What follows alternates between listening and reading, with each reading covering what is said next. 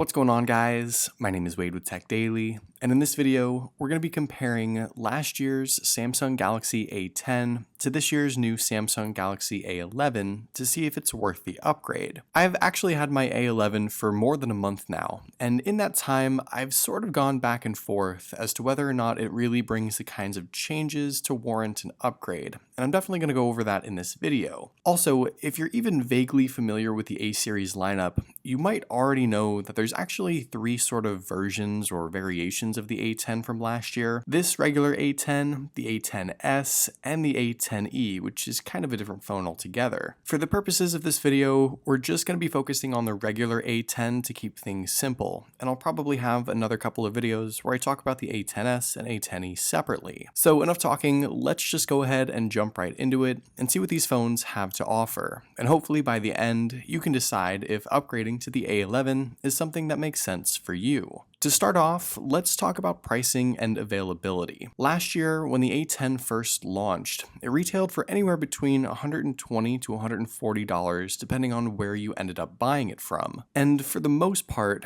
this was a phone that was actually primarily available in India and Europe. This year, the A11 launched at a little higher price, around $150 or $160 unlocked, but this time around, it is more widely available, even for US customers. And actually, since being released now, the A11 has come down a bit in price. Amazon has this phone for sale for as low as $140. Obviously, the price is going to be one of the perks for these phones. They're some of the cheapest devices Samsung sells, and it's great to see them still offering something affordable this year with the A11. And if you guys are interested in doing some comparison shopping of your own, or maybe want to buy one of these phones for yourself, I'll have some links down below in the video description to where you can get these phones at their cheapest current prices. So be sure to check down there so you don't miss out on any good deals. Physically, the A10 and A11 are sort of close, but there are a few design cues that separate them. And I think more than anything, it's really going to come down to personal preference. With their size, jumping to the A11 gives you a bit bigger of a device to work with. The A10 is a 6.2-inch phone, while the new A11 bumps things up to 6.4 inches. I personally found last year's A10 to be fairly comfortable in the hand, and while the larger A11 isn't significantly bigger, it's still noticeable, and it might not be as comfortable for some people. On the bright side, you are getting a big phone for an inexpensive price, and if you like watching your content on a big screen, this is a great setup. But most of that extra screen size is in height. The A11 is about 1/4 of an inch taller, and stretching your thumb to reach every corner of the screen can be a bit tough at times. The other design change you'll notice right away is in the display setup. The A10 has a center set teardrop notch for the front camera. The A11 gets the sort of upgraded Infinity O camera cutout with an offset placement in the left corner, which is kind of an interesting choice. The A11 certainly looks more modern, but in the end, it doesn't really matter where the camera is located. One thing I do just want to point out though is that larger bottom bezel. It's hard to tell, but it is actually a bit bigger on the A11, as weird as that seems. So Samsung didn't push the limits on screen to body ratio, and in the end, they might have even made it a little bit worse with some extra bulge down below. Around back, because these phones are budget devices, we're dealing with an all-plastic build. There's no noticeable changes from the A10 to the A11 as far as the material. The color and finish are a little different obviously, but it's the same glossy, hard plastic that honestly looks and feels okay. There's nothing too cheap here, but it's still all plastic nonetheless. Taking a look around at everything else, on the left, both phones have a SIM and SD card tray. On the right, you've got similar power and volume buttons. On the top of the A11 is where its headphone jack is located now. The A10 has its headphone jack down below, and the A11 now has USB-C, while the A10 had micro USB. You'll also notice that the A11 now has its single speaker located at the bottom as well. On the A10, that speaker was on the back towards the bottom, which is just a terrible placement. So I'm really glad to see that Samsung made that speaker adjustment on this new A11. Also on the back, you'll see the A11 gets some new camera cameras, which I'll get into in a bit, but the A11 also has a rear-mounted fingerprint reader as well. It was sort of interesting to see the A10 not have a fingerprint sensor at all. Adding that back to the A11 was the right move. The placement is good, it's fast and accurate, and it's really something that should be kept on all budget phones in my opinion. In addition, both phones also have face unlock you can utilize as well, and interestingly enough, for whatever reason, the A10 actually is a little faster in unlocking at times. It's not by much, but in the side-by-side comparison, you can kind of tell the difference there. In regards to their displays, the actual size isn't the only thing that's different here. The A10 screen is an IPS LCD panel with a resolution of 1520 by 720 with a pixel density of around 271 pixels per inch. The A11 is a PLS TFT display, which is Samsung's own LCD technology, and its 6.4-inch screen offers a similar 1560 by 720 resolution and 268 pixels per inch. Now, to be totally honest, in comparing these screens side by side,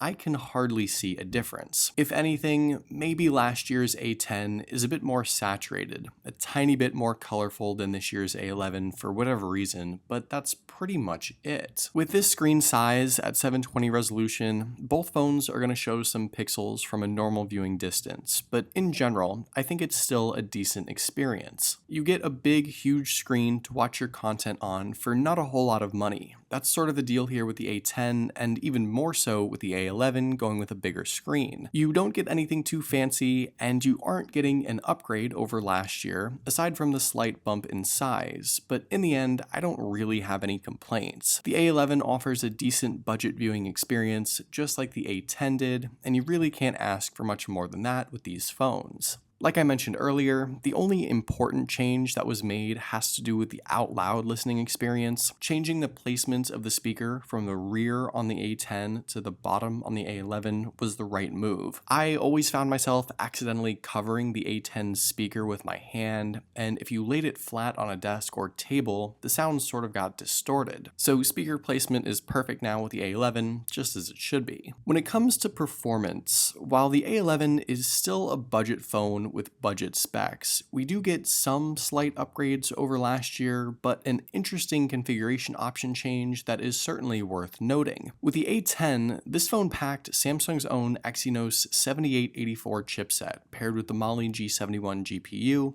32GB of built-in storage with the SD card option, and a choice of either 2 or 4GB of RAM. With the new A11, you get the Snapdragon 450 chipset, the same 32GB of built-in storage with the option to go with an SD card, but RAM options of either 2 or 3GB. Now, both of my phones here are the 2GB models, so things are a bit more comparable. Really, what we're looking at is the difference in processor speeds more than anything, and I think in this side-by-side comparison, the A11 is a bit quicker at times, especially as you push the phone harder. Now, is this a huge upgrade over last year? No, but with being a budget phone, a nice refresh is always good, and I think the A11 is more than usable. The big downside really with the A11 is just the fact that you can't bump things up to 4GB of RAM. You're stuck with 3 if you want to get the higher end model, and in 2020 for a budget phone, I just don't think that's enough if you're going to be paying more. Fortunately, like I said, even 2GB of RAM paired with the Snapdragon processor is fine with the A11, and last year's A10 I thought was pretty okay too anyway. At the end of the day, these are the kinds of phones for folks who just want something simple and easy to use, mainly for texting, phone calls, web browsing, social media, and some other light third-party apps. Sure, you can still play games on them too, but you have to keep your expectations in check. This year's A11 is not any more higher end than last year's A10, it's still just a budget phone with budget specs, with just a slight refresh in its abilities. Now, when it comes to battery life, this is where you might get a more noticeable upgrade. Last year's A10 had a decent sized 3400 mAh battery, but the new A11 now packs a sizable 4000 mAh battery. That's a decent jump up, and it makes the A11 a powerhouse in lasting through a full day of use and then some. Furthermore, migrating over to USB-C from micro USB means you'll get faster charging speeds as well with the 15-watt fast charger. And really, this all just means that the A11 gets the power and battery upgrades it deserves. I have no complaints here, and I think this setup is solid. The final big upgrade the A11 gets over last year's A10 has to do with the camera setups, and this I think is where Samsung spent a majority of their time. The A10 offered just a single 13 megapixel rear lens, but this year's A11 gets a triple lens setup with new capabilities. It has a similar but upgraded 13 megapixel main lens, a 5 megapixel ultra-wide lens, and a 2 megapixel depth sensor. With the new lenses, you get plenty of additional shooting modes on the A11, including decent live focus portrait shots and the very useful wide angle for capturing more in a single shot. Beyond that, most everything else remains the same: HDR, Pro controls, panorama, 1080p video, but in the end, I think the hardware upgrades and shooting mode additions are worthwhile on the A11, and it sort of finishes this phone out. It's the complete package now that Samsung focused their attention in offering, I think, the perfect 3-lens setup. Up front, it's a similar story with the hardware upgrades. The A10 had a 5 megapixel selfie camera, while the A11 now offers an 8 megapixel lens. But surprisingly, in practice,